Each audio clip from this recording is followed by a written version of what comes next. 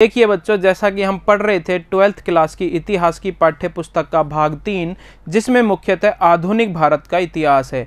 और इसमें हमने 13वां पाठ शुरू किया था, जिसमें राष्ट्रीय आंदोलन और महात्मा गांधी के बारे में हम पढ़ रहे थे। इसके 2 भाग में हमने कुछ अध्ययन कर लिया था। आज इसको आगे बढ़ाते हुए भाग 3 पढ़ेंगे और गांधी जी कैसे एक जन नेता बन गए थे वो हम समझेंगे। तो देखिए, पिछली कक्षा में हमने पढ़ा था कि असहयोग आंदोलन के बाद गांधी जी को गिरफ्तार कर लिया गया था और फिर 6 वर्ष की सज़ा सुनाई गई थी। और उसके बाद गांधी जी जब रिहा हुए तो क्या हुआ और कैसे गांधी जी एक जन नेता बन गए थे, सभी लोगों के पसंदीदा नेता बन गए थे। तो देखिए, जन नेता गांधी जी कैसे बने। 1922 तक गांधी जी ने भारतीय राष्ट्रवाद को एकदम परिवर्तित कर दिया। 1922 तक जब यह आंदोलन हुआ था, गिरफ्तारी से पहले तक, ठीक है, ये आंदोलन जब चला था गांधी जी की गिरफ्तारी से पहले तक, तो ये आंदोलन एकदम परिवर्तित। पहले अगर कोई आंदोलन चलते थे इस तरह के राष्ट्रवादी आंदोलन, तो उसमें कुछ पढ़े लिखे भारतीय, उच्च भारतीय पढ़े लिखे शिक्षा प्राप्त या मध्यम वर्गीय हिस्सा लेता था। गरीब आदमी या साधारण आदमी आंदोलनों को समझ भी नहीं पाता था और आंदोलनों से दूर ही रहते थे। वो आंदोलनों में बहुत ज़्यादा उनकी भागीदारी नहीं रहती थी। लेकिन गांधी जी ने बिल्कुल बदल दिया। जैसा कि एक उदाहरण हमें मिलता है एक छोटा सा, कि गांधी जी कहीं भाषण दे रहे थे गुवाहाटी की तरफ और लोगों को समझा रहे थे। असहयोग आंदोलन के दौरान भाषण दे रहे थे, जनसभा को संबोधित कर रहे थे। वो कह रहे थे कि क्यों हमें विदेशी कपड़े का इस्तेमाल नहीं करना चाहिए। अगर विदेशी कपड़े, विदेशी चीज़ें और विदेशी कपड़ों का इस्तेमाल करेंगे तो भारत की मुद्रा विदेश में जाएगी और हम भारत में हाथ से बने हुए या चरखे से बना हुआ कपड़े पहनेंगे तो हमारे ही लोगों को रोजगार मिलेगा और हमारा पैसा दूसरे देश में नहीं जाएगा। तो फिर किसी सज्जन ने, किसी व्यक्ति ने जनसभा में से गांधी जी से सवाल कर दिया, गांधी जी, मशीन से बना हुआ विदेशी कपड़ा सस्ता पड़ता है और हाथ से बना हुआ सूती कपड़ा महंगा है, कैसे पहने हाथ से बना हुआ कपड़ा। तो गांधी जी ने कहा, महंगा है तो कम पहनो, अगर सूती कपड़ा महंगा है तो चाहिए कम पहन लो, ऊपर का बदन मत ढको, नीचे का ढक लो, इस तरह। और गांधी जी ने खुद अपने जीवन में इस घटना के बाद केवल नीचे की धोती पहनी, ऊपर के वस्त्र उस घटना के बाद उन्होंने कभी धारण नहीं किए। तो लोगों को ऐसा लगता था कि गांधी जी हमारे जैसे ही कपड़े पहनते हैं, हमारी तरह ही बोलते हैं, हमारी भाषा में बात करते हैं, हमसे आकर मिलते हैं। तो गांधी जी एक जन नेता बन गए थे और लोगों का जुड़ाव उनसे बढ़ता जा रहा था। अब गांधी जी जो भी आह्वान करते थे तो आम भारतीय, गरीब भारतीय, मजदूर और किसान वर्ग भी उस आंदोलन में बढ़ चढ़कर हिस्सा लेते थे। तो गांधी जी ने क्या किया, राष्ट्रवाद को एकदम परिवर्तित कर दिया। बड़े आंदोलन होने लग गए, हर भारतीय आंदोलन से जुड़ने लग गया। तो इस तरह उन्होंने जो एक भाषण दिया था 1916, जो बनारस हिंदू विश्वविद्यालय के उद्घाटन के समय, ये दुख जताया था कि आम भारतीय आंदोलन से नहीं जुड़ते हैं, उन्हें यहाँ उद्घाटन समारोह में आमंत्रित नहीं किया गया है। तो वो अपने आप से जो वादा किया था कि आम भारतीय भी राष्ट्रीय आंदोलन से जुड़े, वो लगभग पूरा कर दिया है गांधी जी ने। राष्ट्रीय आंदोलन को एक नया रूप दे दिया है, हर आदमी अब आंदोलन से जुड़ता है। देखिए आगे, अब यह जो राष्ट्रीयवाद है, राष्ट्रीय आंदोलन है, उसके बारे में है। अब यह व्यावसायिकों व बुद्धिजीवियों का ही आंदोलन नहीं रह गया था। अब हजारों की संख्या में किसानों, श्रमिकों, कारीगर ने भी इसमें भाग लेना शुरू कर दिया था। ये परिवर्तन लाए गांधी जी।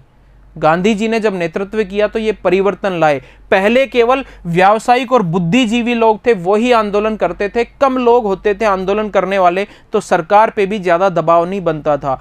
अब गांधी जी ने ऐसा नेतृत्व किया है कि अब इस आंदोलन में हजारों की संख्या में किसान भी, श्रमिक भी, कारीगर भी आंदोलन में हिस्सा लेते हैं। बहुत बड़ा आंदोलन बन जाता है, सरकार पे दबाव भी बनता है। आगे देखिए, उन्होंने इस बात की प्रशंसा की कि गांधी जी ने, मतलब जो गरीब लोग थे, मजदूर लोग थे, किसान लोग थे, वो क्या सोचते हैं गांधी जी के बारे में, क्या कहते हैं, वो शब्द है। उन्होंने, मतलब मजदूर, किसान और गरीब लोगों ने, उन्होंने इस बात की प्रशंसा की कि गांधी जी उनकी तरह ही वस्त्र पहनते थे, उनकी तरह ही रहते थे, उनकी तरह ही भाषा बोलते थे तथा उनसे घनिष्ठ संबंध स्थापित करते थे। अलग थलग नहीं रहते, उनकी तरह ही बेचारे वस्त्र पहनते हैं, साधारण वस्त्र, मातृभाषाओं में, कोई अंग्रेजी वगैरह नहीं, जैसी भाषा जो लोग जानते हैं उसी भाषा में जाकर उनसे बात करते हैं और उनसे घनिष्ठ संबंध स्थापित करते हैं। इसलिए लोग गांधी जी से जुड़ते चले गए। आगे देखिए, ये अन्य नेताओं की तरह सामान्य जन समूह से अलग नहीं खड़े होते। अगर कहीं जनसभा भी हो रही है, ऐसा नहीं कि मतलब एक स्पेशल खड़े रहें अलग, ये साधारण लोगों से जाकर मिलते हैं और उनके बीच में खड़े होकर भाषण देते हैं। गांधी जी लोगों के बीच एक साधारण धोती में ही जाते थे। प्रत्येक दिन का कुछ हिस्सा वो चरखा चलाने में बिताते थे, चरखा भी चलाते थे। तो उन्होंने साबित कर दिया कि शारीरिक श्रम भी करता हूं। जैसे किसान और मजदूर शारीरिक श्रम करते थे, अमीर भारतीय पढ़ी लिखे बुद्धिजीवी केवल मानसिक श्रम करते थे, दिमाग को काम पे लगाते थे।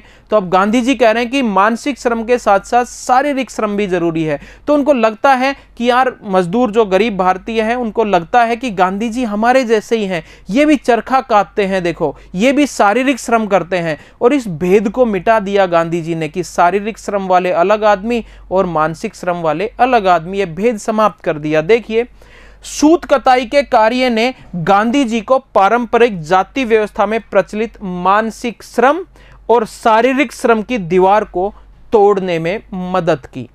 आगे बढ़ते हैं। अब गांधी जी से संबंधित जो लोग थे वो तरह तरह की अफवाहें भी फैलाते थे, और अफवाहें आंदोलन को आगे बढ़ाने में बहुत महत्वपूर्ण होती थी। अगर अफवाहें पॉजिटिव फैले, सही तरीके से सही दिशा में फैलें तो देखो किस तरह की, मतलब गांधी जी को ऐसा मानते थे कि वो गांधी जी मतलब पढ़े लिखे थे, लेकिन वो आध्यात्म से भी बहुत ज़्यादा जुड़े हुए थे। वो समाज सेवा भी करते थे, भक्ति भी करते थे, शारीरिक श्रम भी करते थे, एक संत की तरह रहते थे। इसलिए लोगों को लगता था कि ये तो कोई भगवान के अवतार हैं जो हमारा इस संकट के समय उद्धार करने आ गए और अंग्रेजी सरकार को अब ये उखाड़ फेंकेंगे। देखिए किस तरह की अफवाहें फैल जाती थी। गांधी जी जहां भी गए वहीं उनकी चमत्कारिक शक्तियों की अफवाहें फैल गई। गांधी जी का विरोध करने वालों के लिए भयंकर परिणाम की बात बताती कहानियां थी, लोगों में फैली हुई थी कि जो गांधी जी का विरोध करते हैं उसे तो भयंकर परिणाम भुगतने पड़ते हैं, भगवान उनको सजा देता है, ऐसी बातें फैली हुई थी।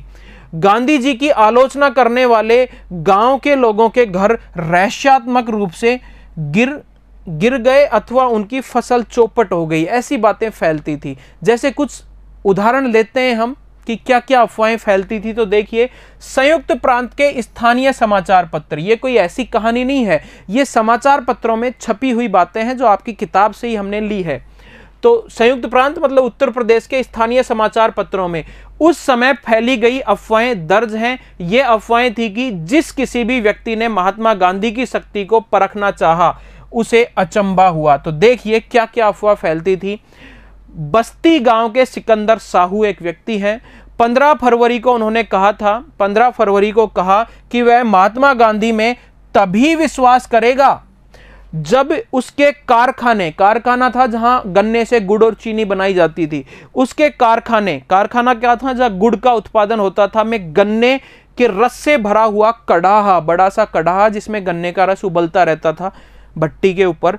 तो क्या पढ़ा, कारखाने जहां गुड़ का उत्पादन होता था में गन्ने के रस से भरा हुआ कड़ाहा जो उबलता हुआ था 2 भागों में टूट जाएगा, तभी मैं गांधी जी की शक्ति को मानूंगा।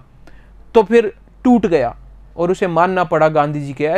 ऐसी अफवाहें फैलती थी। तो देखिए, तुरंत ही कड़ाहा वास्तव में बीच में से 2 हिस्सों में टूट गया। अब टूटा हो ना टूटा हो, लेकिन ये अफवाहें फैलती थी, और फैलती थी तो लोग इस पर विश्वास करके गांधी जी को एक दैवीय शक्ति का रूप मान लेते थे, एक भगवान का अवतार मान लेते थे। और भी कुछ अफवाह हैं। देखिए, आजमगढ़ के एक किसान ने कहा कि वह महात्मा गांधी जी की प्रामाणिकता में तब विश्वास करेगा जब उसके खेत में लगाए गए गेहूं तिल में बदल जाएं। अगले दिन उसके खेत का सारा गेहूं तिल बन गया। ऐसी अफवाह भी फैलती थी। ऐसी अफवाहें थी कि महात्मा गांधी का विरोध करने वाले निरपवाद रूप से किसी न किसी त्रासदी का शिकार हो जाते हैं। अगर कोई गांधी जी का विरोध करते हैं तो उसे किसी न किसी प्रकार की त्रासदी भुगतनी पड़ती है। जैसे हम नहीं होते कि कोई भगवान का बुरा करता है, भगवान के लिए गाली गलौज करता है, भगवान को अपशब्द कहता है, तो भगवान उसे सजा देते हैं। तो वैसा ही कुछ गांधी जी के बारे में अफवाहें फैलती थी उस समय। और भी देखते हैं अफवाहों के बारे में। देखिए, गोरखपुर के एक सज्जन ने चरखा चलाए जाने की आवश्यकता पर प्रश्न उठाया। क्या मतलब है चरखा चलाने से, गांधी जी तो ऐसे ही बेवकूफ बना रहे हैं, ऐसी बातें कही एक सज्जन ने। उसके घर में आग लग गई, यह अफवाह फैली। आगे है, अप्रैल 1921 में उत्तर प्रदेश के एक गांव में कुछ लोग जुआ खेल रहे थे। गांधी जी कहते थे जुआ वगैरह मत खेलो, लेकिन वो खेल रहे थे।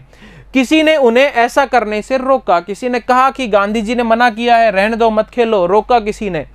जुआ खेल रहे समूह में से एक ने रुकने से मना कर दिया कि हम तो खेलेंगे, और गांधी जी को भी अपशब्द कहे उसने। अगले दिन उसकी बकरी को उसके ही 4 कुत्तों ने काट खाया। सजा मिल गई उसको। यह अफवाह फैल गई कि भाई खा गए होंगे कुत्ते बकरी को, लेकिन बात यह फैल गई कि गांधी जी को तुमने अपशब्द कहे थे कल, इसलिए तुम्हें सजा मिली है। तो यह अफवाहें फैल जाती थी और गांधी जी के प्रति लोगों का प्यार उमड़ पड़ता था और जनसमूह गांधी जी के साथ हो जाता था। देखिए आगे एक और पढ़ते हैं अफवाह के बारे में।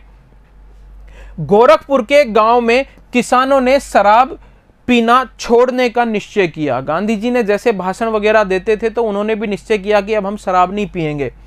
एक व्यक्ति अपने निश्चय पर कायम नहीं रहा, उसने छुप छाप के शराब पी ली होगी। जब वह शराब की दुकान की तलाश में जा रहा था तो उसके रास्ते में रोड़ों की बारिश होने लग गई, पत्थर बरसने लग गए उसके सामने। ज्यों ही उसने गांधी जी का नाम लिया तो रोड़ों की बारिश बंद हो गई। तो इस तरह की अफवाहें फैलती थी जो गांधी जी के लिए बड़ी पॉजिटिव होती थी और गांधी जी एक जन नेता के रूप में प्रसिद्ध होते गए।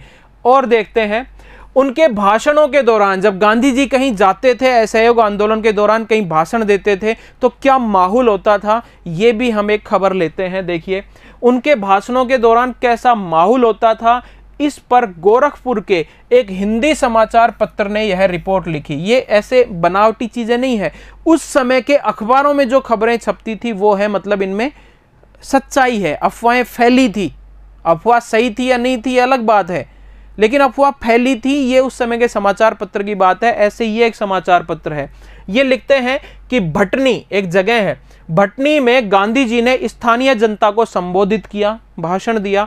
उसके बाद ट्रेन गोरखपुर के लिए रवाना हो गई। ट्रेन में बैठ के फिर गोरखपुर की तरफ चल दिए। नूनखार, देवरिया, गोरी बाजार, चोरी चोरा, ये जो जगह हैं बीच बीच में, और कुसुमही स्टेशनों पर 15 से 20 हजार से कम लोग नहीं थे। ये स्टेशन बीच में पड़ते थे। ट्रेन जब भटनी से गोरखपुर के लिए जा रही थी तो ये स्टेशन बीच में पड़ते थे और हर स्टेशन पे 15 से 20 हजार लोग इकट्ठा हो गए थे गांधी जी को देखने के लिए, उनके दर्शन करने के लिए। महात्मा जी कुसुमही के दृश्य को देखकर बहुत प्रसन्न हुए। गांधी जी, कुसुमही एक जगह है, ये लिखा हुआ है, यहाँ की इतनी भीड़ को देखकर वो बहुत प्रसन्न हुए, क्योंकि जंगल के बीच स्थित होने के बावजूद उस स्टेशन पर 10,000 से कम लोग नहीं थे। प्रेम से अभिभूत होकर कुछ लोग रोते हुए देखे गए। गांधी जी को देख के, दर्शन करके रो रहे थे, इतना प्रेम हो रहा था गांधी जी से उनको। देखिए आगे, देवरिया में लोग गांधी जी को भेनी देना, मतलब दान देना चाहते थे, कुछ भेंट देना चाहते थे, कुछ उपहार देना चाहते थे देवरिया के लोग गांधी जी को, किंतु इसे उन्होंने गोरखपुर में देने को कहा। गांधी जी ने कहा कि गोरखपुर में लेंगे, गोरखपुर में मिलेंगे सबसे, वहीं भाषण देंगे। लेकिन चोरा चोरी में एक मारवाड़ी सज्जन ने किसी तरह उन्हें कुछ दे दिया, चला गया भीड़ में, गांधी जी को कुछ उन्होंने उपहार दे दिया। इसके बाद यह क्रम रुका ही नहीं, फिर तो सब ले लेके आए थे, सब गांधी जी को अपने उपहार देने लग गए। तो फिर क्या हुआ देखिए, एक चादर फैला दी गई, चादर बिछा दी गई, जिस पर रुपयों और सिक्कों की बारिश होने लग गई। सब कुछ भेंट कर देना चाहते थे, गांधी जी के प्रति इतनी आस्था, इतना प्रेम था लोगों में। यह दृश्य था गोरखपुर स्टेशन के बाहर। महात्मा एक ऊंची गाड़ी पर खड़े हो गए और लोगों ने कुछ मिनटों के लिए उनके दर्शन कर लिए और अपने आप को अभिभूत कर लिया। दर्शन करके बड़े खुश हो गए वो। तो ये गांधी जी जन नेता बन गए थे इस समय, ये हमने इसमें समझा। आगे देखिए, चरखे के साथ महात्मा गांधी भारतीय राष्ट्रवाद की सर्वाधिक स्थायी पहचान बन गए थे। चरखा काटते हुए गांधी जी, ये स्थायी पहचान बन गए थे भारतीय राष्ट्रवाद की। 1921 में दक्षिण भारत की यात्रा के दौरान गांधी जी ने अपना सिर मुंडवा लिया, बिल्कुल संत हो गए, जैसे साधारण लोग रहते हैं वैसे ही रहेंगे लोगों के साथ, और इनको मिला के ही आंदोलन चलाएंगे। हर भारतीय को मैं राष्ट्रीय आंदोलन से जोड़ दूंगा। गांधी जी ने एक बार, कांग्रेस ने गांधी जी का विरोध किया था आंदोलन को लेकर, तो कांग्रेस को भी गांधी जी ने धमकी दे दी थी, ठीक है तुम आंदोलन में मेरा साथ मत दो, मैं भारत की धूल से ही इतना बड़ा आंदोलन खड़ा कर दूंगा कि कांग्रेस भी उसमें उड़ जाएगी। मतलब आम जनता को मिलाकर ऐसी गांधी जी की धमकी दे दी थी, ऐसी गांधी जी ने कांग्रेस को। तो गांधी जी को कितना जन समर्थन मिलता था वो देख रहे हैं हम यहाँ, कैसे वो एक जन नेता बने थे। तो 1921 में दक्षिण भारत की यात्रा के दौरान गांधी जी ने अपना सिर मुंडवा लिया और गरीबों के साथ अपना तादात्म्य स्थापित करने के लिए उन्होंने सूती वस्त्र पहनना शुरू कर दिया। गांधी जी पढ़े लिखे वकील थे, हमेशा से ऐसे नहीं थे जैसा हम फोटो में देखते हैं, ठीक है, सिर मुंडा हुआ, धोती पहनी हुई, ऐसे ऊपर से नग्न। पहले तो सूट बूट में रहते थे, वकालत करते थे टाई वगैरह लगा के, लेकिन अब गांधी जी जैसा भारत है, उनके दर्द को, उन गरीब भारतीयों के दर्द को तभी तो समझूंगा जब उनकी तरह जीऊंगा, उनकी तरह रहूंगा। इसलिए गांधी जी ने ऐसा किया। उनको यह नया रूप, उनका यह नया रूप तपस्या और संयम का प्रतीक बना, और ये ऐसी विशेषताएं थी जिनका गांधी जी आधुनिक विश्व की उपभोक्तावादी संस्कृति के प्रति उत्तर में गुणगान करते थे। तो ये हमने समझ रहे हैं कि गांधी जी कैसे जननेता बन रहे हैं, कैसे लोगों के बीच प्रसिद्ध हो रहे हैं। देखिए आगे, महात्मा गांधी फरवरी 1924 में जेल से रिहा हो गए। जेल में बंद थे ना गांधी जी, 6 वर्ष की सजा सुनाई थी न्यायाधीश ब्रूमफील्ड ने, जज ने। तो उसके बाद गांधी जी को फिर जल्दी ही जेल से रिहा कर दिया गया था, सजा उनकी कम कर दी गई थी।